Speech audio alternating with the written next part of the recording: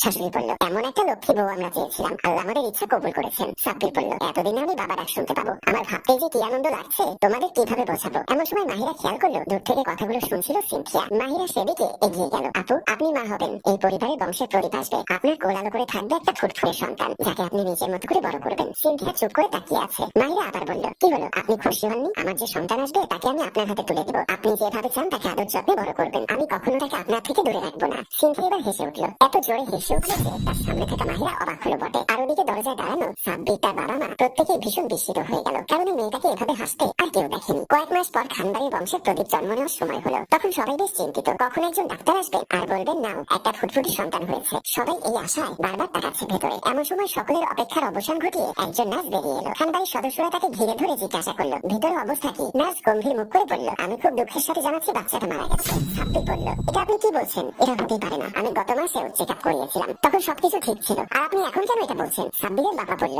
দেখুন মাহিন যদি আমার কথায় কোনোভাবে কষ্ট পেয়ে যায় তাহলে আমি নিজেকে নিজের কাছে ক্ষমা করতে পারবো না। আমার বাবা মারা যাওয়ার আগে আমায় বলে গেছেন মাহিন যেন কোনোভাবে কষ্ট না পায়, তাই আমিও সিদ্ধান্ত তখন থেকেই নেই মাহিনের ভার্সিটিতে পড়ার জন্য আমার যেটা করার দরকার হয় আমি করবো। ভাইকে গ্রাজুয়েশন কমপ্লিটের জন্য যদি বাবা রেখে যাওয়া বাড়িটাও বিক্রি করে দেওয়া লাগে সেটা করতে আমি প্রস্তুত। ঘুম আসছে না কিছুতেই, বারান্দায় গিয়ে দাঁড়ালাম। এসব ভাবনা আমার মাথায় ঘুরতে লাগলো। মাহিনকে আমি কষ্ট দিতে পারবো না, আর মিলিকেও আমি কোনোভাবে কষ্ট দিতে পারবো না। তবে আমার মাকে বুঝিয়ে শুনিয়ে মিলিকে আমার কাছে নিয়ে যেতে হবে, কারণ আমি চাই না মিলির মাঝে কোনো ঝামেলা হোক এবং কেউ যেন মিলিকে নিয়ে বাজে কথা না বলে, সেটাই আমার করতে হবে। আমার হাত ধরে আমাকে বিয়ে করেছে মিলি, আমি কাউকে কষ্ট দিতে পারবো না। সবকিছু দেখে শুনে পরিবারটাকে আমারই সামলাতে হবে, আর মিলির বড় ভাই হিসাবে সবকিছু বোঝানোর দায়িত্ব আমার। আমি যদি মাহিনকে সঠিক পথে নিয়ে আসতে না পারি তাহলে সেই ব্যর্থতা আমার। মাহিনকে মানুষের মতো মানুষ করার দায়িত্ব আমার ছাড়া আর কারো নয়। কেউ আমার ভাইকে নিয়ে সমালোচনা করুক সেটা আমি চাইবো না, কিন্তু আমি আমার মাকে বোঝাবো কি করে? আমার মায়ের কাছে যদি মাহিনের ব্যাপারে কিছু বলি আমার মা সেটা বিশ্বাস করবে না, সম্পূর্ণ দোষ মিলির উপরে চাপিয়ে দেবে। আমি আসলে কি করবো সেটাই ভেবে পাচ্ছি না। পরদিন সকালবেলা আমি মাহিনের রুমে গেলাম। কাছে গিয়ে মাহিনকে জিজ্ঞাসা করলাম, মাহিন তোর তো বাড়ি থেকে পড়াশোনা হচ্ছে না, তুই তো আগে ভার্সিটির হোস্টেলে থাকতি, ওখানে বসেই পড়াশোনা বেশ ভালোই হতো, কিন্তু বাড়িতে এসে পড়াশোনা করছিস না, শুধু ঘুরে বেড়াচ্ছিস। বাবার স্বপ্নটা তো পূরণ করতে হবে ভাই, আবারও ভার্সিটিতে ফিরে যা, তোর যা যা লাগে আমি দিব। ভাইয়া ভার্সিটিতে থাকতে আমার একটু সমস্যা হচ্ছে, আর তাছাড়া আমি তো বাড়িতে বসে টুকটাক যা হয় পড়াশোনা করি, এমন তো নয় যে পড়াশোনা করছি না। কিছু বলবো তার আগেই হুট করে অফিস থেকে ফোন আসে।